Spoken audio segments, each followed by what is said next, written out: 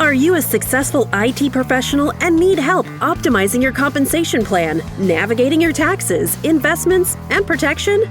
It's time to rewire and retire with Mike. Listen in as Mike gets you the answers you need to move forward. Now, on to the show with Mike. Hello and welcome to Rewire and Retire with Mike Guarino. Mike, how are you, man? I'm doing well, Eric. How about you? Oh, I'm doing fantastic. I am enjoying, man, I'll tell you, this weekend it was sunny and it was nice. And I got made fun of by my wife. Why's that? Because I was out there like an hour and 20 minutes and I burn. I just get red. And because we were with our group, we have a church group that we do like a study with and stuff. And we've been meeting virtually, because of the times. But we decided to go ahead and to get together at somebody's house and just everybody bring their lawn chairs and sit in their driveway, 10, 15 feet apart or whatever. So we did, and it was nice. It was nice to see everybody and talk and do our normal thing just at a distance outside. But it was in direct sunlight, and I didn't think about sunscreen or anything. But I'm just so white, man, that I'm very pink, very, very pink. So, and my wife is Hispanic, so she tans beautifully, and she's like, "What is wrong with you?" I'm white, very, very white. Anyway, I didn't have to burn like this. Right? Yeah. I mean, you should be used to this. We've been married 25 years. Come on, I pink up. That's seems like it. Seems like pink up. Seems like it took really long for it to get warm and sunny this year. Right? Yeah. Yep. I don't know if it's just the dark cloud hanging over us with everything that's going on and kind of falling into that slumber, if you will, of social distancing and all that, but it's kind of nice to get out of that, right? Oh yeah, I got out on my deck this weekend, cleaned it off, got to power wash it still, but nice. Same thing. Felt really good just to have that sun on your back and you could feel it. Man, what a difference! Good stuff. Well, we just finished wrapping up a 3-part series based on the white paper that you wrote. And listener, if you have not heard those podcasts, please go back and check that out, especially if you're in IT, because it's fantastic information. That's right. Fantastic. So what are we talking about today? Wow. A lot to talk about today. Let's see. Well, we went over the 7 financial challenges IT executives and professionals face. Mm-hmm. We talked about all the behavioral and logistical things going on in their lives and how I help people in those situations. Today, I kind of want to talk about kind of what we were alluding to before we got on the podcast today, which was, just how the new norm looks, right? These virtual block parties that people are having and keeping your distance. I was reading an article that there's a McDonald's somewhere building a new floor design that's got these almost like Candyland kind of spaces. Like, you got to stand here, and then when your order's called, stand over here, and So it's really kind of redefining physical space. Mm-hmm. And I want to kind of talk to that dynamic change a little bit and then kind of tie it back to how advisors are using technology, social media, podcasting, all the technologies to keep the word out, keep their clients informed, and just go over what I see as some trends. It's going to be a little bit more market kind of talk today and not necessarily book talk like we've been. Mm-hmm. I think it's important to cover that kind of stuff now. Yeah, absolutely. So discussing how life is now, and I know we both detest the phrase, the new norm, but reality is that this is a new situation. This is going to be a new environment that we're all living and working in. And we're going to learn good, positive things from this situation. And unfortunately, we're going to see some bad stuff come out of the situation as far as how the markets are doing currently and what may happen in the next 6 months to a year or whatever. The word recession is thrown around a lot and all that jazz. But I do believe that we have learned some very positive things from this and that will help us combat anything that may happen in the future, whether that's a round 2 of COVID or if it's something new that's introduced, in the next few years. We'll have a better understanding of what we can do to best protect ourselves, both financially and physically and everything. Yeah, exactly. Mike, as I just mentioned a moment ago, this does affect the markets. And like I said, we're learning valuable lessons from this. Hopefully leadership is learning some valuable lessons from this. But I want to ask you, what do you see happening in the market in the next 6 months, year, as best you can describe?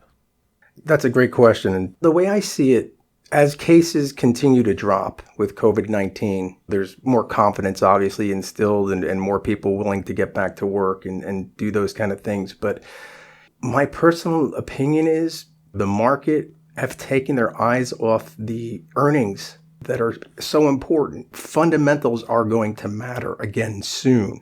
Mm-hmm. And I think, we're kind of ignoring the fundamentals, but like you mentioned, the R word, recession, right? I'm pretty positive we're either in one or going to be declared in one very, very soon. Mm-hmm.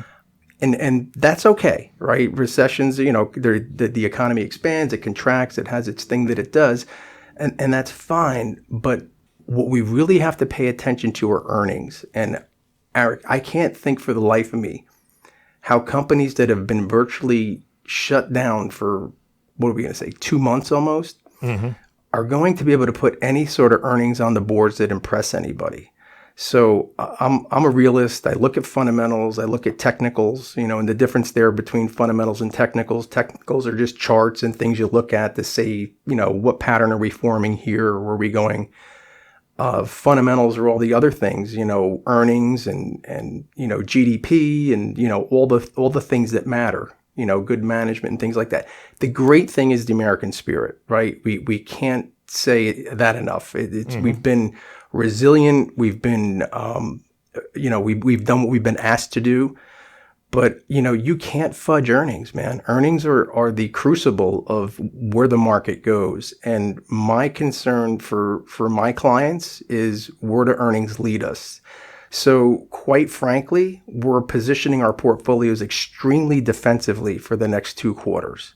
Mm-hmm. And they all know this. My clients know this. They know why we're doing it. And again, it's a wait and see kind of thing. And even if I'm wrong and earnings surprise to the upside, being defensive right now, I don't think anybody's going to be mad that we were defensive, because all signs point to, that song, there's a season, turn, mm-hmm. a time to reap, a time to sow. I sing that in my head and I'm like, a time to play defense, a time to play offense. Now I'm putting my helmet and pads on to play defense. Yeah. Let me ask you this. As you were saying that, I was kind of thinking about how we normally hear about earnings coming out, right?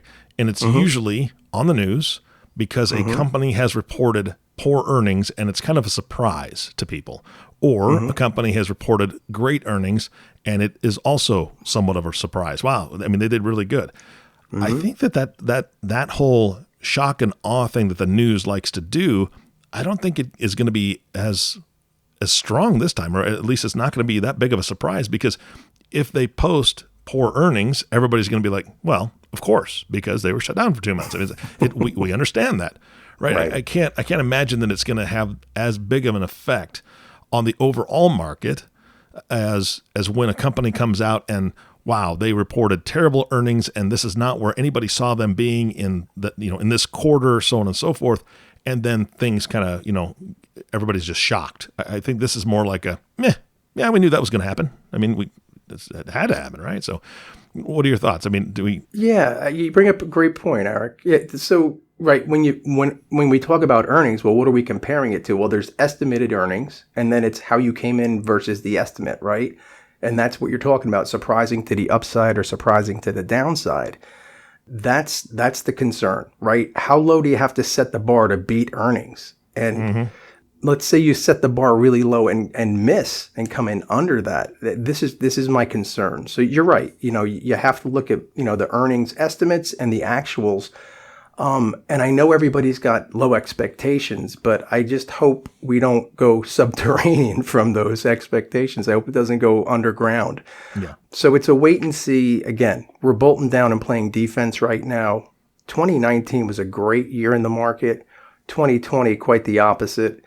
We're still positive in our portfolios year to date. Thank God, we've made about 50% since the bounce, right? Since the big sell-off, we're about halfway up from that sell-off. But to me, it's all about earnings, and we're going to wait and see. I hope I'm wrong. Yeah. Well, I want to change gears here because we've talked before about the fact that you work with IT professionals. I mean, that mm-hmm. is kind of your niche. I know you work with other people outside that as well, but that really is what you're very, very good at because of your history. And I've got I would assume, I could be wrong, I would assume that you have a leg up on working with your clients virtually as opposed to people that maybe haven't done that before a whole lot, or they kind of did, but you're plugged into the IT community. Technology has been your friend for a very long time, right? I mean, you've been doing this virtual stuff for quite a while, if I'm not mistaken. Oh, exactly right. So I retired from IT back in 2006, and I've been doing this ever since then. And yeah, I mean, we've been using, online collaboration tools, Skype, Go to My PC, Zoom, all the big popular ones. And it's funny, like I see everybody having workshops on how to use Zoom or how to use Skype or how to collaborate in the new norm. Mm-hmm. And I kind of chuckle to myself, not out of arrogance, but I'm like, man, I've been doing this for a long time. It just made it real to me. It kind of smacked me in the face like, wow, I've been collaborating with my clients like that for 10 years now. So it's interesting to see that, basically, because of the virus, that the trend continues, that we're going to be social distancing and going back to work in phases, but, not to the capacity that I don't think we ever get back to the capacity that we were at. Mm-hmm. So, this new thing is not really new to me. It's new to everybody else, but I'm glad to see people embracing it and using it. And it's very, very effective for reviews. And, people like to see people, right? They don't want to just talk to people on the phone, right? We they like the camera, the interaction. I grew a beard over the last 2 weeks. So did you? Oh, so now I need a picture. Yeah, no. I'm going to surprise some people. It came in a lot more gray than I was expecting, Eric. I'll tell you that much. Yeah, well, that happens. Must be wisdom, right? The gray hair is wisdom, that's they tell exactly what that is. Let's hope so. I tell myself. Yeah. I look in the mirror and I'm like, who's that guy? Oh, that's me. Like, wow. Yeah. Yeah, I've done that before. Just walking down the street and you see your reflection in the window. I'm like, man, that dude's pretty big. Oh, wait a second. And then I got to suck in my gut. No, he's fine. Right? He's looking better now. Yeah, that's right. All right. So speaking of this online collaboration, Sure. I know that you are based in New Jersey, right? That's right. Yeah, I think we've spoken about this before. You're licensed in other states, so you meet with clients in other states virtually pretty much all the time. I don't think you travel a whole lot. I think you do some travel, but I mean, you're meeting with people all over the U.S. Yeah, and as you can imagine, based out of New Jersey, we have that snowbird syndrome. And if people aren't familiar with okay, so you know what that is, right? You live up in New Jersey for the warm months of the year, and when the cold months come, you fly down to Florida. So a lot of my clients are down in the Marco Island, Naples, Fort Lauderdale. Oh my goodness, all through Florida. There's a big bunch of clients, and believe it or not, I do fly down there and I meet with them. They want to see me, they want to talk to me. We go out to dinner, we talk about their portfolio and life, and see how things are going, and have a great time. And it's a wonderful way to stay in touch beyond the phone calls and the Zooms and things like that. So. Yeah, it's an interesting thing, but I am licensed in several states, and I do visit those clients. And this is a different one. This is heading out your way. So I've had a couple clients just recently retire to, Overland Park, Kansas. Okay. Yeah. And I guess there's like a big up-and-coming or an established community that just has a lot of features that I guess New Jersey folks like. So a couple families moved out there, and I know where they live, so I'm putting it into like MapQuest, figuring out how close they are to each other. They're in the same neighborhood. So wow. I think if these travel bans get lifted, I'll be taking a trip out, heading west to visit some clients out in Kansas just to see what that looks like. But that's why I love this job. It really gives us the ability to see the world and get it and really see what clients like. And as advisors, right? The word advisor, well, we give advice. And not that I tell people where to move, but I always say, hey, if you like this, look here. If you like that, look there. And having those kind of connections, Eric, is really, really helpful, because I can get names of realtors and things like that. It's like a white glove service you're able to provide, because you're in touch with your clients, where they are, how they moved, who they use as realtors, who they would recommend, what they wouldn't recommend. And the old-fashioned term is we used to keep a Rolodex. Now I just guess you keep contacts in an iPhone. But that's the thing, just to be able to be a resource for your client like that, as well as visit them. It's the best of the best. I really enjoy when I get to visit clients at their homes. Well, yeah. I mean, that's the biggest thing is that these people are your friends. I mean, they're your clients, but these conversations that you're having is no different than I would have with one of my buddies who just tried a new steakhouse. You know, what did you think? Oh man, it was fantastic. Service was great. You know, they don't have the greatest beer selection or they don't have the greatest wine selection, but man, the steaks were really fresh. The potatoes were too expensive. You know, whatever the conversation, these are just normal things that you guys are talking about. So when you moved, how did that go? You know, did everything get there okay? And oh yeah, no, the guys were great. And I would always recommend the service. So you can gather all that information just by, you know, having that friendly conversation. That's the beauty of what you're doing. Plus, the other bonus is that you get to kind of scope out where you may retire in, 20, 30, 40 years. Less than that, but yeah. Yeah. 40 years. You give me a lot of credit, Lord willing. Yeah, you're exactly right. And, we go to conferences as advisors and we go to workshops and things like that. And sometimes they're not in our home state. So yeah, this job, it's not like travel's a requirement, but you're exactly right. Visiting with clients affords us the opportunity to really see different parts of the world we might not normally have seen on our own. And then again, like we talked about, you have the inside scoop, right? They're telling all about the wonderful colleges down the road or the new, performing arts center that they're building or something. So you can really see the up and comingness of these areas that, may not be where they are now, but where they're going to be. So I love the Eastern Seaboard. I was just, basically, I was born in North Carolina and my dad and mom moved up here when I was 3 to New Jersey. I was a military brat, came back to New Jersey. I've been here ever since. I love the Eastern Seaboard. So, I have some clients in some interesting parts of North Carolina I definitely want to visit, and South Carolina. So if they're listening, I might be dropping in sooner than you think. Yeah, I love South Carolina, man. The guy I grew up with for years, my best friend, he moved out there with Boeing because we're both from Seattle area, and so he was with Boeing, and they have a plant in South Carolina, Charleston area, and I've gone to visit him multiple times. My daughter, we took her out there for her graduation. She wanted to go. We got an Airbnb by the beach. It was just gorgeous. Oh, nice. Oh my gosh. Yeah. So that's where I'd like to go, but I have to convince the wife. So we'll see how that goes. Looks like I'm staying here. There you go. So, Mike, I've got a question I've always kind of wanted to ask. You have the IT background. You said you retired in 2006 from IT. Obviously, that's why you work with your specific niche, but why do you think it's important to work with a niche instead of being a financial advisor for multiple, folks as far as different types of career choices? That's a great question. And, I think we've kind of touched on that on other podcasts, but I'll take it up with you now.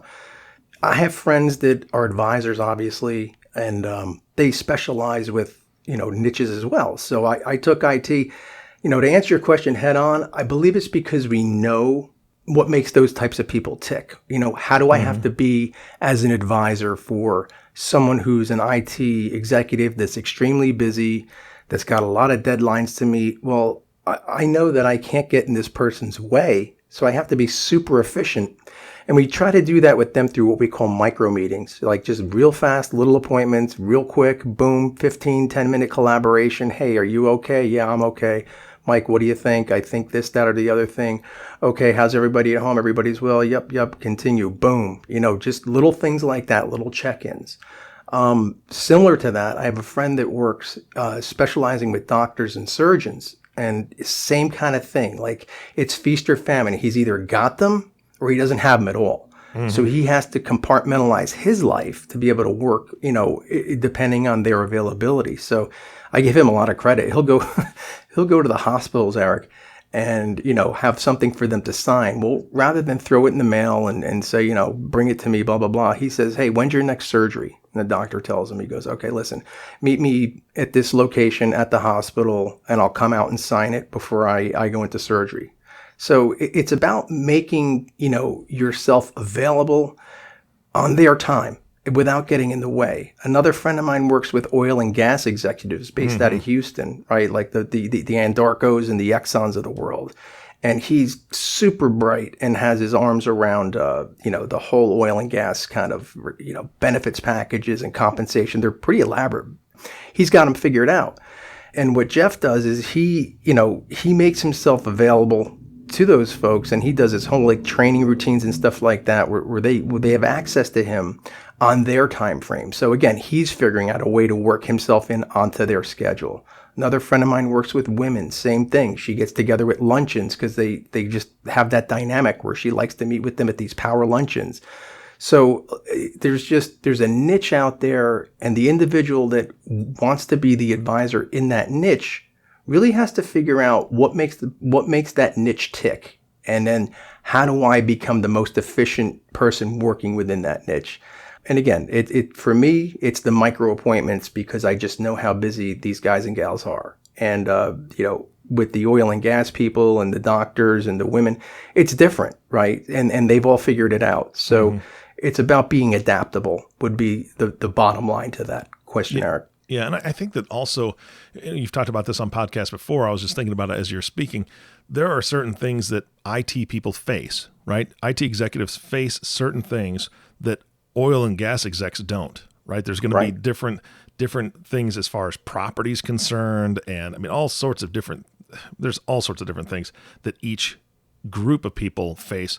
And so I think there'd be a pretty steep learning curve if you try to branch out into an entirely different industry when it comes to very specific things that doctors have to deal with. I mean, I don't know if it's what kind of insurance they have to have, malpractice. I'm assuming that's what it's called, but that's going to be completely different for doctors. I don't think IT guys have malpractice insurance necessarily. You know what I mean? So there's got to be all sorts of different things that you have to consider when working with these different groups. Yeah, that's right. And again, having cut my teeth in IT, I know the lifestyle, right? And it's one I embrace. And I give these folks a lot of credit because it's just fast paced and ever changing and very time project oriented, and I have to be that same type of person. So you almost have to embody the people that you're working with to be effective, because you want them to realize like, okay, cool, this guy can work within my parameters. Right? Yeah. And that's the aha moment, versus an advisor who may not specialize. We'll use my niche. We'll use IT execs. They might not know that the thing. And this advisor may be calling with good intentions to reach them and talk to them. The last thing an IT exec wants is another voicemail or another email. Right. If you don't know that, you're I hate to say it, you're probably going to annoy them. Yeah. So, I understand where I have to position myself and how to be super efficient in there. And a lot of times it's a quick little ping to them, or an email say, hey, when you have time, I'd like to cover X. Boom. And I know they saw it, and I know they'll get back to me, and that's the relationship I tell them that I want to have when we do our fit meeting. Like, this is my expectation. Like, I ask them what they expect from me first, obviously. Like, what are you looking for? Because I want to be authentic. I don't promise people I'll be different for them. I know what I'm really good at, and that's why we have the fit meeting. This is who I work with. This is what I'm good at. This is what I do. And they're like, okay, I like that. Let's go with it. And then I ask them, okay, well, let me ask you, what kind of parameters do you have for me? Like, what's your expectation of me? Like, how do you want me to contact you? I don't want to inundate you. I don't want to just keep sending you emails for no reason. And you kind of establish the rules of engagement, if you will. Yeah. And adhere to that. And I think that's super powerful, because the people know you're not going to annoy them or harass them. Now, that being said, there are times you have to harass people, right? Here's one for you. A deadline coming. We've talked about this on other podcasts. Options, right? My options are expiring on, tomorrow. Well, if I can't get you on the phone yesterday or the day before, I am going to make darn sure I get you on the phone today. So we know, hey, Mr. Executive, Mrs. Executive, your options are expiring tomorrow. We got to do something. What are your thoughts? What are you doing? Yeah. And typically that leads to a quick phone call, and then we discuss it, and we come up with a plan for that situation when it arises. Got it. Yeah, that makes perfect sense. All right, Mike, we are low on time, but I know that last podcast you introduced us to your crystal ball. It was very exciting, I must say. Thank you. And I know that you want to incorporate that into every podcast from here on out. So we're going to end the show with you gazing into your crystal ball. So I'm going to ask you to do that now and tell us what you see. So take a deep look for me, would you? What do you see? I see earnings. I see earnings being missed by a lot of companies. No bueno. No. Word to the wise, if my crystal ball is right, and I just want everyone to know it's about 50% right and 50% wrong, and I never know which way it goes. Yep. Earnings miss.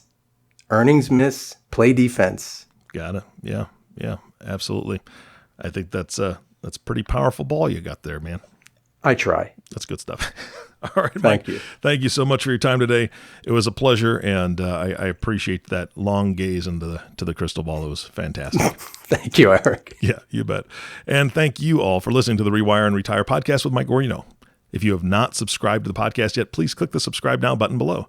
This way, when Mike comes out with a new podcast, it'll show up directly on your listening device. This makes it much easier to share these podcasts with your friends and family. Again, thanks so much for listening today. For everyone at Guarino Wealth Management, this is Eric Johnson reminding you to live your best day every day. And we'll see you next time. Thank you for joining us on the Rewire and Retire podcast. If you want to learn more about how we can help troubleshoot your financial and retirement strategies, click the subscribe button below to be notified when new episodes become available. The information covered and posted represents the views and opinions of the guest and does not necessarily represent the views or opinions of Guarino Wealth Management. The content has been made available for informational and educational purposes only. The content is not intended to be a substitute for professional investing advice. Investing involves risk, including loss of principal. There is no guarantee that a diversified portfolio will enhance overall returns or outperform a non-diversified portfolio. Diversification does not protect against market risk. Always seek the advice of your financial advisor or other qualified financial service provider with any questions you may have regarding your investment planning. Securities and advisory services offered through LPL Financial, a registered investment advisor, member FINRA/SIPC.